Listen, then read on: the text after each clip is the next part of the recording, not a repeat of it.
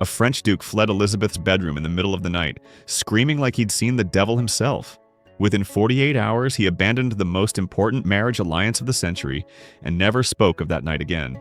What did he see beneath the Virgin Queen's gown that was so horrifying they've kept her tomb sealed for 400 years? By the end of this video, you'll know exactly why he ran. August 1579. A night that should have sealed England's future instead became its most carefully guarded secret. François, Duke of Anjou, one of the most powerful men in Europe, burst from Queen Elizabeth's private chambers at midnight with a look on his face that witnesses would never forget. They said his skin had turned the color of parchment, his eyes wide with terror, his hands shaking so violently he could barely grip the door handle as he fled. This wasn't a man making a dignified exit from a failed negotiation. This was a man running for his life from something that shattered every assumption he'd ever made about the English Queen. Guards stationed outside the royal apartments reported hearing furniture crash, followed by raised voices, then silence. Then the Duke's footsteps pounding down the corridor like he was being chased by demons.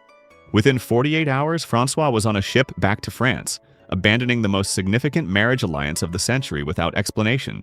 His brother, King Henry III of France, demanded answers. His mother, Catherine de Medici, sent urgent letters asking what had gone wrong. François refused to provide details to anyone, repeating only that the Queen of England was not what she appeared. Court records from both England and France suddenly become vague about this period, with entire weeks of diplomatic correspondence mysteriously missing from the archives. What makes this incident so extraordinary isn't just that a royal marriage negotiation failed. Diplomatic arrangements collapsed all the time in 16th century Europe for countless political, religious, and personal reasons. What makes this different is the Duke's reaction and the immediate, coordinated cover-up that followed. This was a man who had fought in brutal religious wars, who had witnessed massacres and betrayals, who had navigated the treacherous politics of the French court where people were poisoned at dinner and stabbed in corridors. François was no delicate nobleman who fainted at shocking sights. He was a hardened political operator and military commander. Yet something he saw in Elizabeth's chambers that night broke through his professional composure so completely that he couldn't maintain the diplomatic facade even for a few more days to make his exit look natural. The English court moved with suspicious speed to control the narrative. Before dawn broke on the morning after François fled, Elizabeth's most trusted advisors had already crafted the official story. Urgent family business had recalled the Duke to France. Negotiations would continue through written correspondence. Nothing unusual had occurred. But if nothing unusual had happened, why were servants who had been stationed near the royal chambers immediately questioned and then dispersed to different estates across England? Why were French attendants who had accompanied the Duke suddenly denied access to certain areas of the palace? Why did Robert Dudley, Elizabeth's closest companion, spend the entire next day in urgent private meetings with William Cecil and Francis Walsingham, the Queen's spymaster? The pattern of erasure that followed François' departure tells us everything we need to know about how dangerous the truth really was. French diplomatic records that should contain detailed accounts of the marriage negotiations have convenient gaps exactly where this incident should be documented. English court diaries that meticulously recorded every royal audience, every state dinner, every ceremonial appearance, somehow failed to mention the Duke's final private meeting with Elizabeth. Letters between the French and English courts that discuss the marriage alliance before August 1579 are preserved in archives. Letters after September 1579 are preserved, but correspondence from those crucial weeks has vanished as if it never existed. This isn't accidental loss from centuries of storage. This is deliberate destruction of evidence. Someone with significant power and resources went through multiple archives in different countries and systematically removed any documentation that might explain what François witnessed. The only reason we know anything at all about his panicked flight is because it was impossible to hide the physical fact that he'd left suddenly, and because servants and minor courtiers who saw him flee told stories that eventually made their way into private letters and memoirs written decades later. But whatever happened inside Elizabeth's chambers remains hidden behind layers of official denial and careful silence. And that silence, maintained across 4 centuries, should tell you exactly how shocking the truth must be. By 1579, Elizabeth I was running out of time and everyone knew it. She was 46 years old, an age when most Tudor women were already grandmothers if they'd survived childbearing at all. The biological window for producing an heir was closing rapidly, possibly already closed. For 20 years, Elizabeth had played an incredibly dangerous game, using the possibility of marriage as a diplomatic tool while never actually committing to any suitor. She'd entertained proposals from Spanish princes, Austrian archdukes, Swedish nobles, and multiple French royals. Each negotiation would advance to a certain point, then mysteriously stall. Excuses would be made, timing would prove inconvenient, political circumstances would shift. But always, the underlying message was the same. Maybe next time. Maybe with a different candidate. Maybe when conditions improved. Her counselors had gone from gently encouraging marriage to desperately pleading with her to choose someone, anyone, before it was too late. William Cecil, her most trusted advisor, wrote memoranda that bordered on begging. He outlined the catastrophic consequences of dying without an heir. Civil war, foreign invasion, the destruction of everything they'd built. Parliament formally petitioned her multiple times to marry and produce children for the good of the realm. Even common people in London taverns debated why their queen refused to do what every other monarch in history had done without question. The French alliance with François represented Elizabeth's absolute last chance to maintain the illusion that she could still marry and produce heirs. François was young enough, just 24 years old, that it was at least theoretically plausible he could father children with a 46-year-old woman. He was willing to convert to Protestantism, or at least tolerate England's religious settlement, removing one of the major obstacles that had destroyed previous negotiations. The French desperately wanted the alliance to counter Spanish power in Europe, giving them strong motivation to overlook Elizabeth's age and make the marriage work. The political benefits were enormous. England would gain a powerful continental ally against Spain. France would gain influence over English foreign policy, and both kingdoms would benefit from increased trade and military cooperation. This wasn't just another diplomatic dance.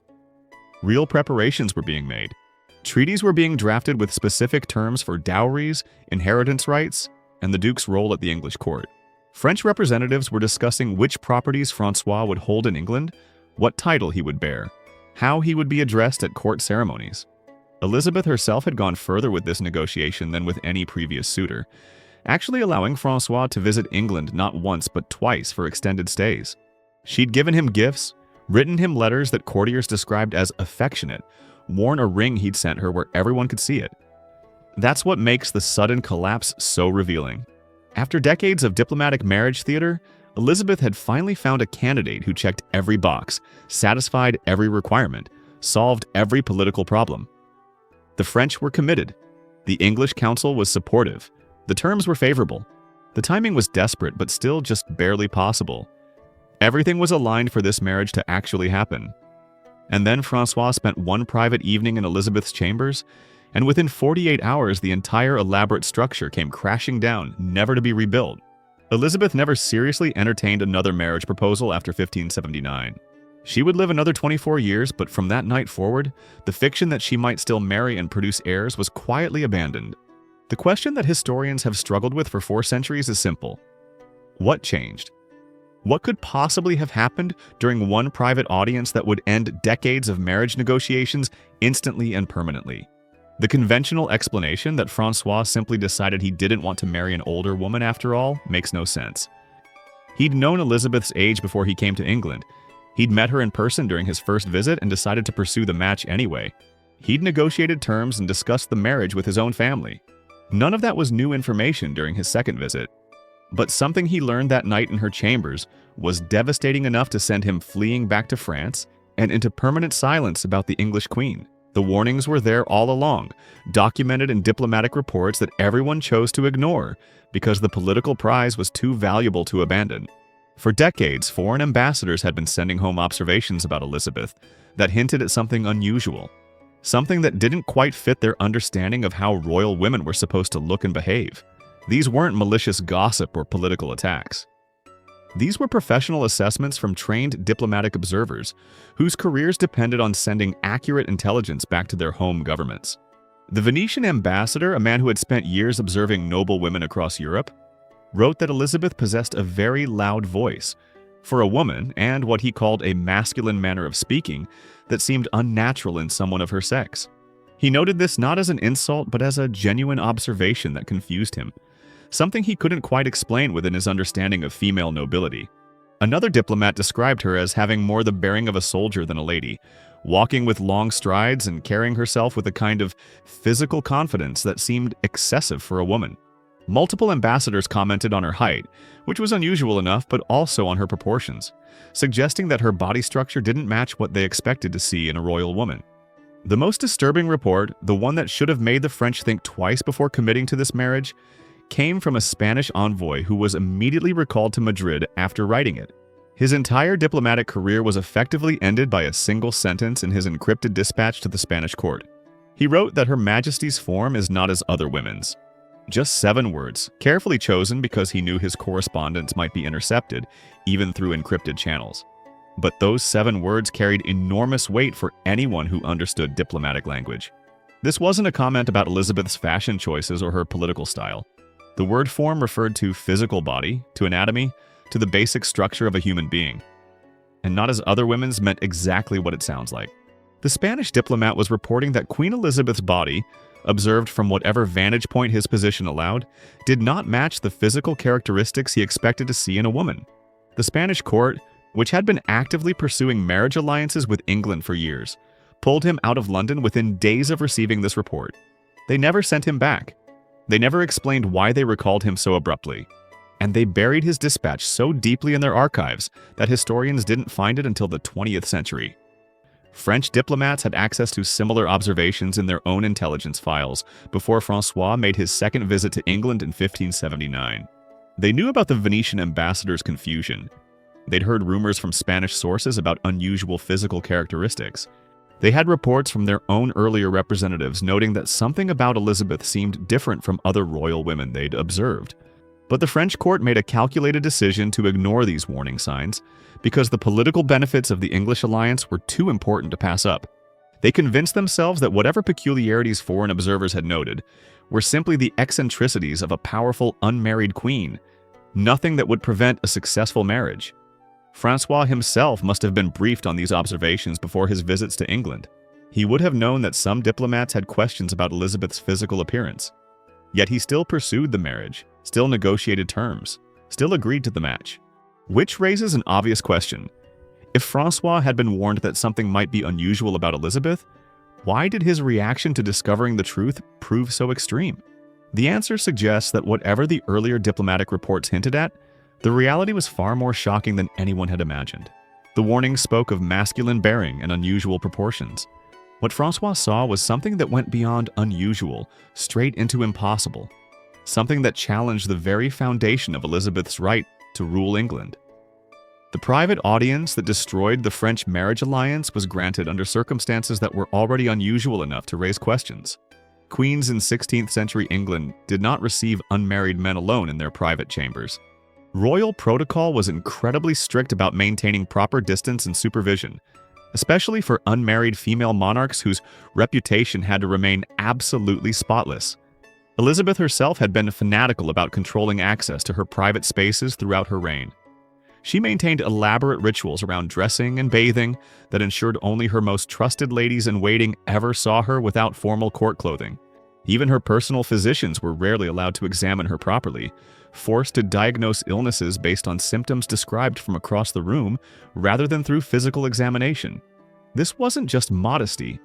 This was carefully constructed security to ensure that certain things about her body were never observed by anyone who might recognize what they meant. Yet in August 1579, Elizabeth broke her own strict protocols and allowed François, Duke of Anjou, a private evening audience in her personal chambers with minimal supervision. The meeting was scheduled for after the formal court dinners and ceremonies had concluded, when most courtiers had retired to their own quarters for the night. François brought gifts appropriate for a romantic encounter. A magnificent ruby ring set in gold that was clearly intended as a betrothal token, French perfumes, and silk fabric in Elizabeth's favorite colors. Contemporary accounts suggest he believed this evening would seal the marriage alliance, that Elizabeth had finally decided to commit to the match, and wanted privacy to formalize their understanding away from the pressures and politics of public court life. He dressed carefully in his finest clothing and was described by servants as being in excellent spirits, confident and excited about the meeting. He entered Elizabeth's chambers sometime around 9 in the evening.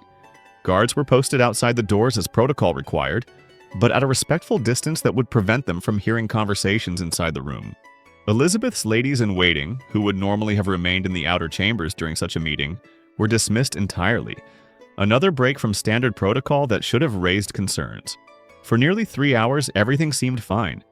Guards reported hearing conversation, occasionally laughter, the normal sounds of two people engaged in private discussion. Then, around midnight, the guards heard something that made them reach for their weapons. A loud crash like heavy furniture being knocked over or thrown across the room. Raised voices, though the thick doors prevented them from making out actual words. The Duke's voice, normally controlled and aristocratic, suddenly sharp with what sounded like shock or horror. Then running footsteps. Before the guards could decide whether to intervene, the chamber doors burst open and Francois emerged. Multiple eyewitness accounts agree on what happened next, with remarkable consistency. The Duke's face was colorless.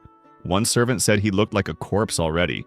His hands were shaking so badly he could barely manage the door handles. His eyes were wide with what witnesses described as terror. The look of a man who'd seen something beyond his comprehension. He didn't stop to speak to anyone, didn't offer explanations, didn't even seem to see the guards and servants watching him. He simply ran, not walked with dignity, but actually ran down the corridor toward his own quarters like he was being chased. Within the hour, he'd ordered his attendants to pack his belongings immediately. By dawn, he was demanding horses for an urgent departure to the coast. Within 2 days, he was on a ship back to France, and he would never return to England again. But the real question isn't just what he saw. The question is what happened in those final moments before he fled that revealed Elizabeth's secret in a way that decades of diplomatic observation had only hinted at. What could make a battle-hardened French nobleman flee, screaming from a queen's bedchamber?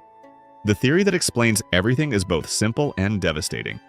Francois saw Elizabeth's body, and what he saw didn't match what should be there. Perhaps the evening had progressed toward intimacy, toward the kind of physical contact that would be expected between potential spouses in a private setting. Perhaps there was an accidental reveal, a wardrobe malfunction during the informal evening that exposed something Elizabeth normally kept hidden beneath layers of elaborate gowns and structured undergarments. Perhaps Elizabeth herself, after decades of deception and isolation, made a calculated decision to show Francois the truth before marriage, testing whether he could accept what she really was. The exact mechanism of revelation doesn't matter as much as what was revealed. And the evidence strongly suggests that what Francois saw was a body that was male, or at least not female in the way he expected. The physical characteristics that would explain his reaction point to complete androgen insensitivity syndrome, a condition where an individual has XY chromosomes, but appears externally female because their body cannot respond to testosterone. People with complete androgen insensitivity syndrome develop along female lines during fetal growth and puberty because their cells lack the receptors necessary to detect testosterone, even though their bodies produce the hormone. They appear completely female externally, with typical female anatomy visible to casual observation. But internally, they lack the organs necessary for female reproduction. They have no uterus, no ovaries, no capacity for menstruation or pregnancy. In some cases, they have internal testes that produce testosterone their bodies cannot use. Their external anatomy may include a shallow vaginal structure, but it ends without connecting to reproductive organs because those organs never developed. For someone with this condition living in 16th century England, marriage would be impossible to sustain because any husband would discover the truth on the wedding night. What Francois likely saw was either the absence of expected female reproductive anatomy, or possibly the presence of male characteristics that should not exist in someone presenting as female. His reaction, immediate horror followed by flight, suggests he understood instantly that what he'd seen made Elizabeth's entire reign illegitimate. A monarch who could not bear children was useless from a dynastic perspective, but a monarch whose very sex was ambiguous or male beneath female presentation was something far more dangerous, something that challenged the divine right of kings itself. The crash that guards heard before Francois fled was probably the moment of revelation, the instant when he reacted physically to what he'd seen. Perhaps he knocked over furniture in his rush to back away. Perhaps he threw something in shock or anger. Perhaps Elizabeth herself, realizing her secret was discovered, made a desperate move to stop him from leaving. What happened in those final moments remains speculation, but the outcome is documented fact. Francois left England immediately and never explained what had driven him away. He couldn't explain without revealing a truth that would destabilize European politics. If he announced that England's queen was biologically male or intersex, Spain would use it as justification for immediate invasion. France would lose its potential English alliance. And Francois himself would become the target of Elizabeth's legendary spy master Francis Walsingham, who had proven repeatedly that he could arrange unfortunate accidents for people who threatened England's security. So Francois stayed silent, protected himself through silence, and left the mystery unsolved for everyone except those who were already part of the conspiracy to hide Elizabeth's secret. But his flight from her chambers that night was witnessed by too many people to be completely erased from history. And his screams as he ran echoed through royal corridors, a sound that haunts anyone who understands what he must have discovered. The cover-up began before most of the palace was even awake. Within minutes of Francois fleeing Elizabeth's chambers, guards had sealed the corridor and prevented anyone from approaching the royal apartments. Robert Dudley, who maintained rooms near Elizabeth's own despite not being her husband, was summoned immediately. William Cecil, though elderly and usually asleep by midnight, arrived within the hour. Francis Walsingham, the Queen's spy master who made it his business to know everything that happened at court, appeared as if he'd been waiting for exactly this crisis. These three men, Elizabeth's closest advisors and the architects of her political survival for 2 decades, spent the rest of the night in urgent consultation. Servants who had been stationed near the royal chambers during Francois's visit were brought in for questioning one by one. What had they heard? What had they seen? Had they spoken to anyone about the Duke's departure? The interrogations were polite but carried an unmistakable threat. Speak of this to anyone and you will face consequences far worse than losing your position. By dawn, the official story was ready. The Duke of Anjou had received urgent word from France, requiring his immediate return for family matters. The marriage negotiations would continue through diplomatic correspondence. The Queen was in excellent health and spirits. Nothing unusual had occurred during the private audience. The efficiency of the cover-up reveals how practiced these men were at hiding Elizabeth's secret. This wasn't the first time something had gone wrong, wasn't the first time someone had gotten too close to the truth. They had protocols in place, tested methods for containing information and silencing witnesses. Servants who had been present during Francois's panicked flight were systematically dispersed across England over the following weeks. One was sent to a remote estate in the north with a generous pension and strict orders never to return to court. Another found herself suddenly married off to a minor nobleman whose lands were conveniently located far from London. A third simply disappeared from court records entirely, her fate unknown. French attendants who had accompanied the Duke to England were quietly encouraged to leave as soon as possible.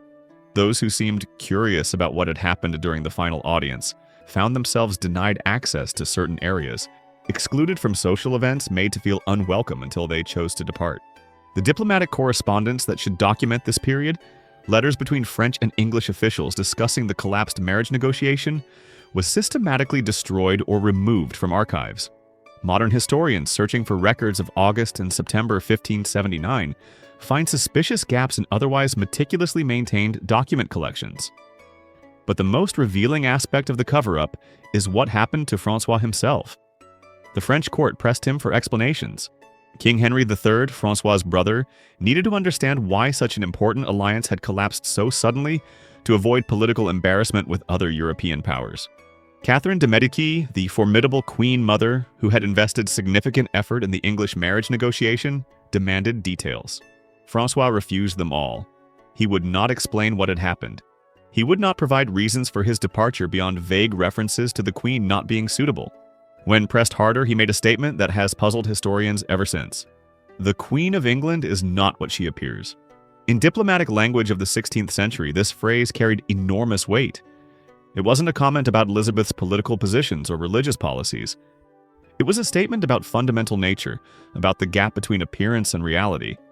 But Francois would not elaborate, no matter how much pressure his family applied. Within months, the French court stopped asking. Historians have generally assumed they gave up because Francois was stubborn or traumatized. But there's another possibility. Someone from England, probably Walsingham, reached out to the French through back channels and made clear that Francois's continued silence was necessary for everyone's survival. If he spoke, Elizabeth would have no choice but to act against him, and France would find itself in an unnecessary conflict with England that benefited neither kingdom. Francois accepted the terms and took the secret to his grave, dying in 1584 without ever providing the explanation Europe was waiting for. Francois wasn't the only man who reacted with shock and horror after getting close to Elizabeth. The pattern stretches back through her entire reign, a trail of terrified men who saw something they shouldn't have seen, and either died mysteriously or spent the rest of their lives in careful silence. Robert Dudley provides the most heartbreaking example. He loved Elizabeth from childhood, was devoted to her through 3 decades of constant companionship, had every possible opportunity to marry her, and claim the highest position in England, short of the throne itself. Yet despite his obvious love, despite Elizabeth's obvious affection for him, despite having the Queen's complete support for such a marriage, Dudley never became her husband. The conventional explanation focuses on scandal, on his first wife's suspicious death that supposedly made marriage politically impossible. But that explanation falls apart under examination. The scandal faded within a few years, and Elizabeth had absolute authority to marry whomever she chose, regardless of public opinion. She could have made Dudley her consort any time over the following 3 decades. She never did. And Dudley himself, in private letters written late in his life, referenced a secret that bound him and Elizabeth together, something that brought sorrow rather than joy despite their deep connection. What secret could prevent a marriage between 2 people who clearly loved each other and had unlimited power to make it happen? The answer becomes obvious when you understand what Dudley must have known about Elizabeth's body. He'd known her since childhood, had been imprisoned with her in the Tower of London during Mary I's reign, had been closer to her than anyone else for decades.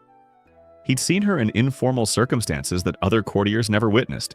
He'd been present during illnesses and crises when careful control over her appearance broke down.